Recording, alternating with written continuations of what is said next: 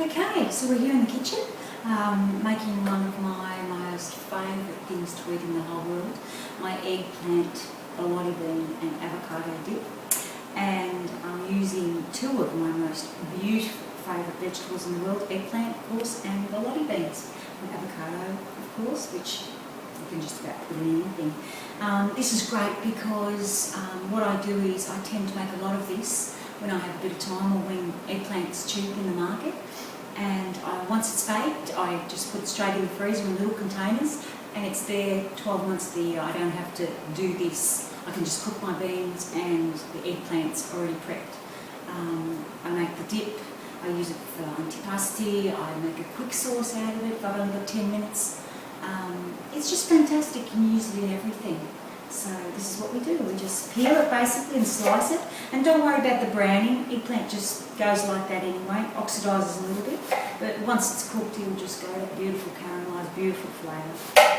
Just peel it, slice it in nice chunky pieces, and then we're going to bathe it in olive oil, a little bit of salt, and then we just bake it in the oven for about, I don't know, gosh, it only takes about 20 minutes, 10 minutes each side.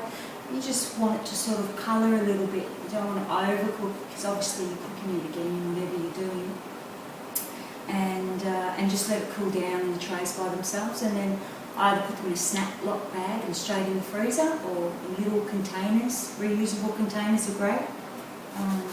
Because when I have time, or like I said, if you've been to the market and you can see them really cheap, I grab a whole box because they just come in handy all the time. I've just sliced them up, peeled them, sliced them into nice chunks, however thick you like them. It doesn't matter if they're thick or thin, and we basically cover them in olive oil. As you know, or if you've ever cooked with eggplant, they absorb a lot of olive oil. So basically I just put them like this and just layer them. They can be sort of on top of each other, it doesn't matter. They shrink in the cooking process, so you sort of, the second time you turn them around, you just sort of tighten them all up again or loosen them so that they're uncovered.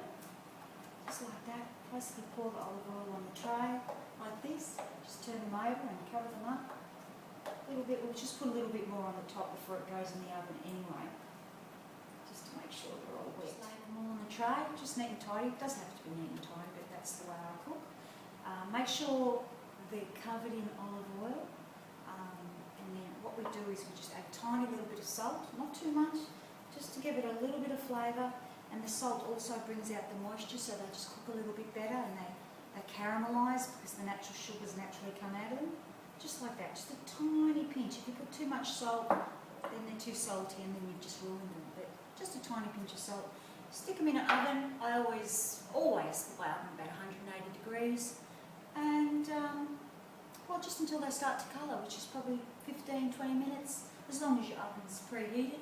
That's all it takes. And then halfway during the cooking process, I just turn them over. Usually the underside's already caramelised, so the second part of it only takes probably a further 5 or 10 minutes. Then I take them out of the oven and just let them sit to cool. And voila, they're ready to use.